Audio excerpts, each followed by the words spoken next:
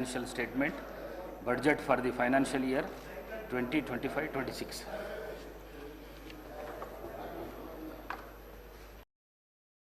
అధ్యక్ష, తమరి అనుమతితో 2025-26 ఆర్థిక సంవత్సరానికి గాను వార్షిక ఆదాయ వ్యయ పట్టిక బడ్జెట్ను సభలో ప్రవేశపెడుతున్నాను.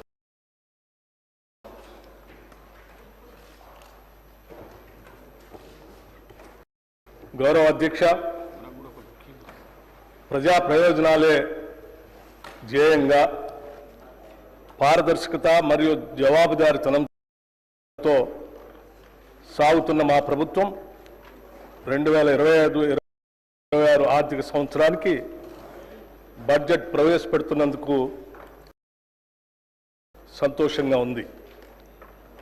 సంక్షేమం, అభివృద్ధిని సమపాలలో రంగరించి జోడు గుర్రాల తరహాలో సుపరిపాలనా రథాన్ని పరుగులు పెట్టించడంలో సఫలీకృతం అయ్యామని రాష్ట్ర ప్రజలకు తెలియజేస్తున్నాను. డాక్టర్ బాబాసాహెబ్ అంబేద్కర్ గారు భారతదేశాన్ని ఒక రాజకీయ, సామాజిక, ఆర్థిక న్యాయం అమలు చేసే పటిష్టమైన ప్రజాస్వామ్య దేశంగా చూడాలని అనుకున్నారు. అందుకే రాజ్యాంగ నైతికతను, కాన్స్టిట్యూషనల్ మొరాలిటీని ఆయన పదే పదే నొక్కి చెప్పారు. రాజ్యాంగ నిర్మాత సూచించిన ఆ నైతిక విలువలనే సరిగ్గా పాటిస్తూ మా ప్రజాపాలన సాగిస్తున్నాం.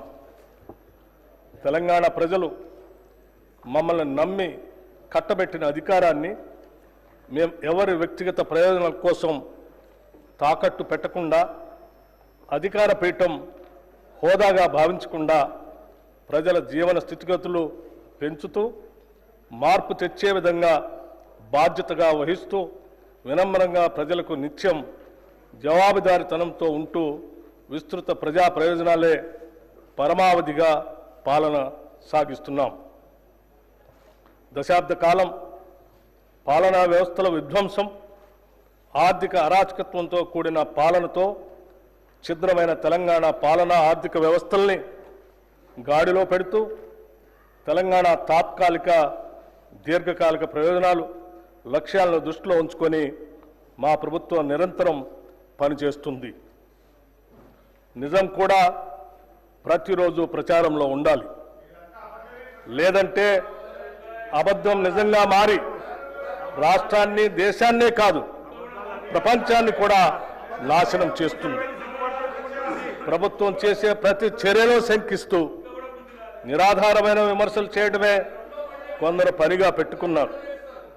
సోషల్ మీడియాలో, సొంత పత్రికల్లో అబద్ధపు వార్తలతో ప్రజలను మోసం చేస్తున్నారు.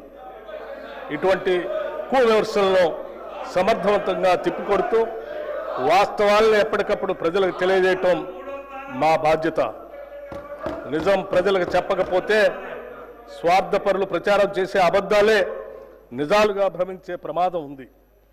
అందుకే ఎప్పటికప్పుడు సత్యాలను ప్రజల ముందు ఉంచుతూ ముందుకు సాగుతున్నాం. రాష్ట్ర ప్రయోజనాల దృష్ట్యా సమాఖ్య స్ఫూర్తిని మా ప్రభుత్వం కొనసాగిస్తుంది. సమ్మిళిత అభివృద్ధి, సంక్షేమాలను ప్రజలకు అందించేందుకు గాను ప్రజాస్వామ్యబద్ధంగా ముందుకు సాగుతున్నాం.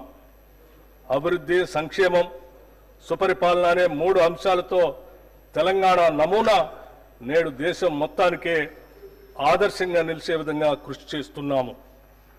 అధికారంలోకి వచ్చిన తొలి ఏడాదిలోనే